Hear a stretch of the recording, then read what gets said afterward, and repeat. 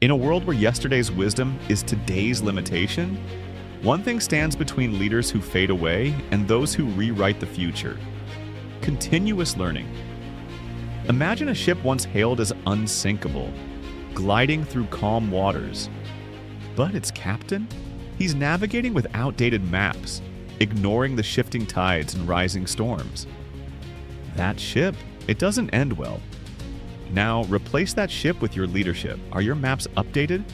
Or are you navigating with knowledge from a world that no longer exists? Welcome to the new era. 2025. AI evolves daily, workplace dynamics are flipping, and employees now value growth over gold. In this landscape, the greatest asset a leader holds is not experience, it's adaptability. But let's strip away the buzzwords. What does continuous learning actually look like for a real leader? Let's meet Maya. 5 years ago, Maya was the vice president of operations at a tech firm in Singapore. Smart, charismatic, and battle-tested. Everyone thought she had it all figured out. But then came a shift. A new AI integration project she'd overseen failed. Not because of poor planning, but because the technology had evolved beyond what she understood. It was a silent wake-up call. Instead of blaming her team, she blamed her comfort zone. She didn't enroll in a university program. She created her own ecosystem for learning, right inside her life. And it transformed everything. So how did Maya do it? Let's break it down, strategy by strategy, so you can apply the same to your own leadership journey starting today. 1. The 30-minute rule. Maya carved out just 30 minutes each day, not for emails or meetings, but to feed her brain. Podcasts during morning walks, audiobooks on commutes, TED Talks during lunch. It wasn't about quantity, it was about consistency. Whether you're leading a team of 5 or 500, 30 minutes of focused learning daily compounds into a new version of you within a year. That's not just growth, that's evolution. 2. Curiosity over ego. Most leaders fall into a dangerous trap, assuming they need to have all the answers. Maya learned to ask more questions than she answered. In meetings, she'd flip the script. What do you see that I don't? This created an environment of shared learning. It wasn't weakness, it was wisdom. Because ego blinds, but curiosity builds. 3. The reverse mentor. Yes, you heard that right. Maya paired herself with someone younger, a junior data analyst with a fresh perspective. Every month, they met for coffee. And the insights she gained? Priceless. From generational trends to emerging tech, Maya tapped into intelligence flowing in the veins of the next generation. Reverse mentoring isn't just trendy, it's tactical. 4th, micro-certifications, macro impact.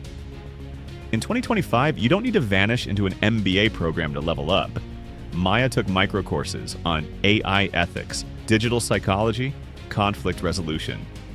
Platforms like LinkedIn Learning, Coursera, and even YouTube became her playground.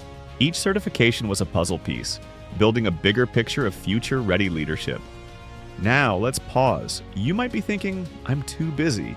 My calendar's already drowning. But here's the truth.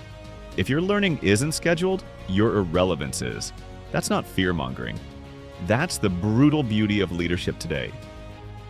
Here's a tactic Maya swears by: the learning sprint. Each quarter, she'd choose one theme, say emotional intelligence or Web3 and leadership. Then she'd immerse herself for 30 days, reading 3 books, watching expert talks, having 2 conversations with professionals in the field. One topic, 1 month, deep dive. At the end, she didn't just learn, she integrated. Now you might be wondering, did all this work actually pay off? Well, 2 years after that AI project flopped, Maya was appointed as the Chief Innovation Officer. Why? Because she wasn't the same leader anymore. She became a living lab of growth, and in times of disruption, boards don't look for heroes, they look for learners. So here's your first mission. If you choose to accept it, open your calendar. Block 30 minutes every day.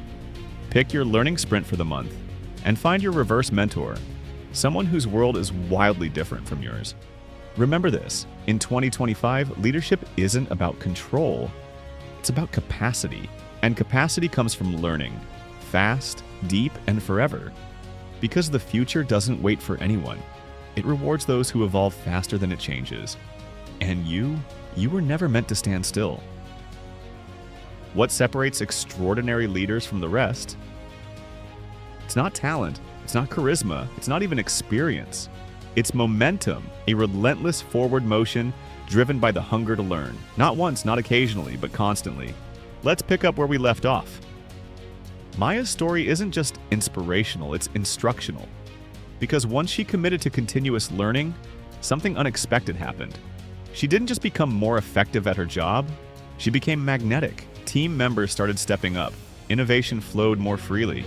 Problems were approached with fresh eyes instead of old assumptions. Why? Because when a leader learns, the culture follows. And that brings us to a secret most leadership books won't tell you. Learning is contagious. If you're growing, your team is watching. They're mimicking. They're mirroring. But here's the twist. If you're not growing, they're watching that too. So how do you build a culture of continuous learning, not just a personal habit? Let's unpack it. 1. Build a learning dashboard. Just like you track KPIs for sales, customer service, or operations, create a visible dashboard for learning. Maya introduced a quarterly learning pulse within her team. Each member set a learning goal. 1 book, 1 course, or 1 skill per quarter. The results weren't judged, they were celebrated. Progress was shared in meetings. Suddenly, development became part of the workflow, not a side hustle. 2. Normalize not knowing. Think about the last time you said, "I don't know," in front of your team. Hard to recall? That's the problem. When Maya started openly admitting what she was learning or where she lacked knowledge, it gave everyone else permission to do the same. Vulnerability became a strength, not a weakness. And innovation exploded, because when people stop pretending to know everything, they start discovering what's possible. 3. Monthly learning challenges. Every month, Maya hosted a 20-minute learning lab session. One team member shared something new they'd discovered, an insight from a podcast, a tool they tested, a trend they spotted. No slides, no pressure, just raw, valuable exchange. 1 month, a junior employee introduced an AI-based productivity app. It ended up shaving 10 hours a week off repetitive tasks across the department, all because learning was given a stage. 4th, upgrade the feedback loop. Traditionally, feedback flows downward, but Maya reversed it.